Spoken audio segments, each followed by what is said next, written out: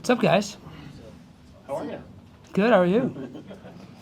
Parker Kingston's kind of a Swiss Army knife for you guys. We can say about him throwing a touchdown and catching a touchdown. Yeah, he's probably got a better QBR than me at this point. 700, yes. Yeah, it's nuts. Yeah, no, PK is awesome, man. He can do everything. I mean, the punt return a few weeks ago, he can run the ball too in the jet game really well. He can throw the ball a little bit. You guys have seen all of his gadget plays. You saw the exact same play at Arkansas last year.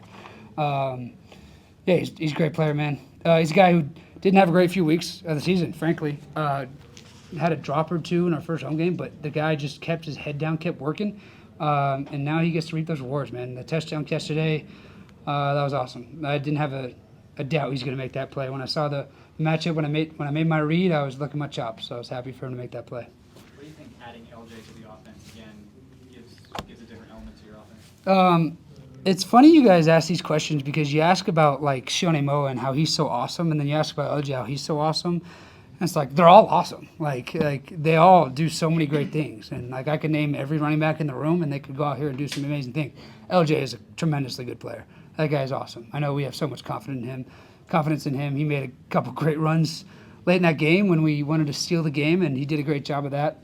LJ's a great player, man. He can do it all. I'm super excited for him, super proud of him, the way he played today. What was going through your mind when the defense set you guys up on the 9-yard line to open up the third quarter? Oh, that was fun. Touchdown, Chase Roberts, right?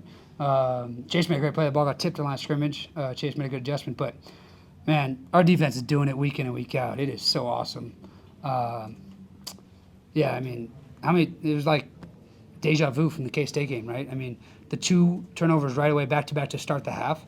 I mean, what more could you ask for? It's incredible to play with those guys on the other side of the ball. How would you assess maybe the preparation for this week? It seemed like you had a lot of national attention with some ESPN features and whatnot, just the preparation that went with all the outside distractions. All that stuff is gravy, man. The number one thing is take care of business on the field, no matter what. I remember, doing the national attention is definitely something, but at the same time, like, you gotta keep the main thing. And I don't think anybody's better at that. Any group of people I've been around that's better at that than this football team. We are so good at going from joking around, having fun, to executing football plays. I don't think there's a better place to be for that. Thursday practice is a just helmets practice day, and that was the most intense day of practice. And that just goes to show the professionalism with these guys and just how great they are at taking care of business on the field. And so we all have that mindset. And so the national attention is great. The interviews are great. All the pub is awesome, and it's so great for the BYU image, making BYU even bigger than it is. And so we love it, but we're also so good at making the main thing the main thing. When you guys took over at the 6-inch line, at 99 yards, what was said before that drive? Anything? Let's go 99 yards and score a touchdown. That was literally what was said by 3 or 4 guys to me, and I said it back to them. We're excited for that. Quarterback sneak gave us a little room. They jumped off sides. Great job by our team by looking ready and making them jump. And then, we just made plays all the way down the field. Keanu over the middle. These guys are just – Darius obviously on the side just made a great catch to start it. Got the momentum going, then Kibo, and then the run game picked up at the end of that drive. So, What do you think Bruce Mitchell did in his first start at center? You tell me. That guy balled his butt off. We had 0 sacks again. Connor Pay, put your feet up, bro. Relax. I'm just kidding. But, yeah, Bruce played incredible, man. He just did everything that he does. Bruce is one of the most fun guys to just be around in the locker room. I got the privilege of being a few lockers down from him. So we're good buddies. And that guy is just – you'd think a guy like that coming in for his first start at center in his career would be, nervous or, trying to be too focused. You know what I mean? That guy was making jokes more than I was tonight on the sideline, which is saying something.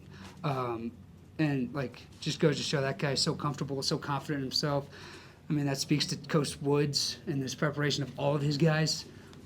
He's a great O-line coach. We're so blessed to have him. And it's fun to look at all these stats, the rushing, the passing, the receiving. But what's never on here is the O-line play because there's no way to justify it, right? Rushing can kind of sum it up. But no, it can't because those guys played their tails off today. It just straight up point blank period. They're awesome. I could name you play after play of guys making great blocks. Just over and over again, I could name them. Braden Kime, 4th and 1, made an incredible block. He alerted to the linebacker, made a great run up the sideline going north. Kime again on the 3rd and 1, just railed that guy to the left side. You watch the tape, the hole looks like you could drive a forklift through it. I said Connor Pay could probably scoot through it on his little scooter.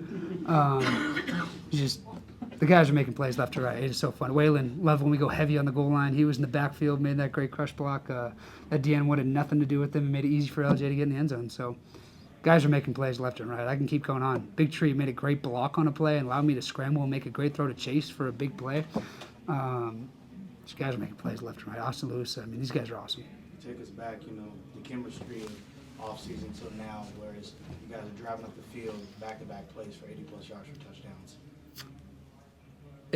It's fun to think about it, man. When we're down, all right, we were down 7-0. We should have been up, but we're down 7-0.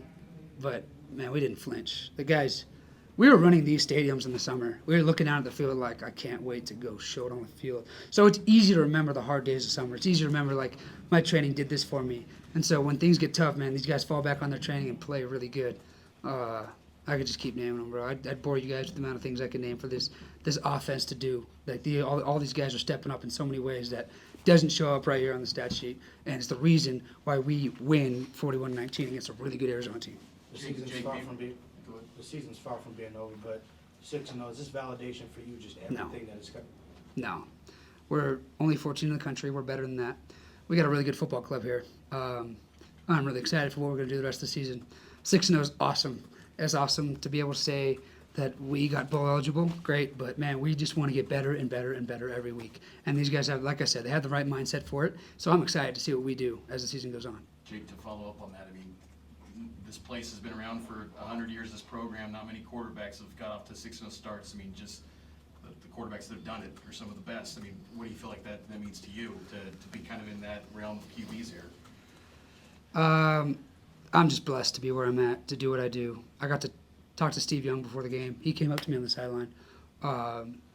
He called me a swashbuckler on the big noon kickoff game. But he said he was too, so I'm taking that as a compliment.